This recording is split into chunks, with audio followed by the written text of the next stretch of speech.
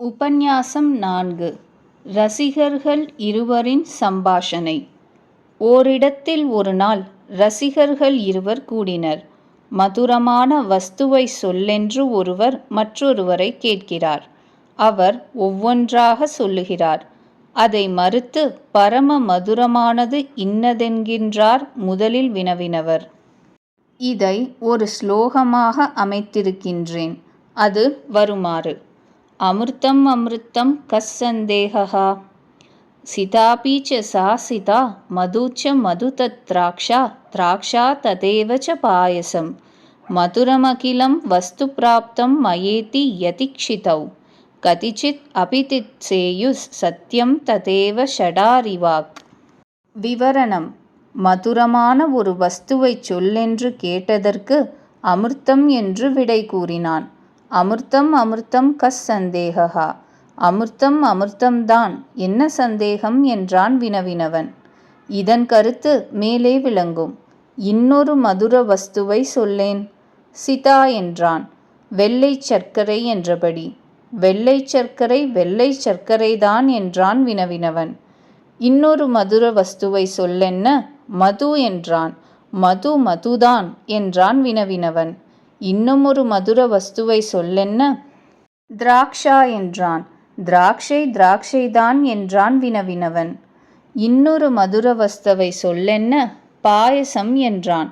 கண்ணல் கண்ணல்தான் என்றான் முதலில் வினவினவன். அதன்மேல் அது அதுதான் அது அதுதான் என்று சொல்லி வருகிற உன்னுடைய கருத்து யாதோ என்று கேட்டான் வினவப்பட்டவன். உத்தரார்த்தம் முழுவதும் அதற்கு விடை கூறுவதாம்.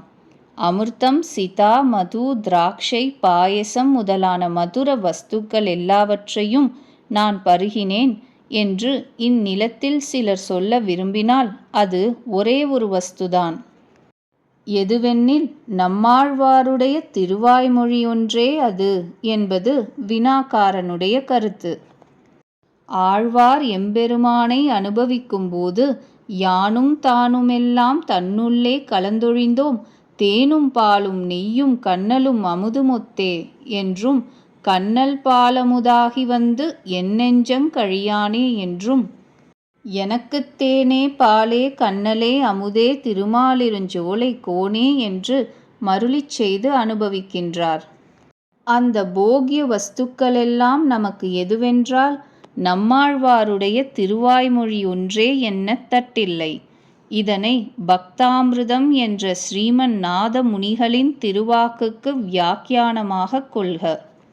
மேலேயுள்ள ஸ்லோகத்தின் முடிவில் காணும் ஷடாரி வாக் என்பதற்கு இரண்டு வகையான பொருள். ஷடாரேகே வாக் என்று கொள்வது சாதாரணம். ஷடாரிரிதி வாக் என்று கொள்வது சிறக்கும். மதுர கவிகள் தென்குருகூர் நம்பி என்றக்கால் அன்னிக்கும் அமுதூறு மென்னாவுக்கே என்று பணித்ததை விவரித்தபடி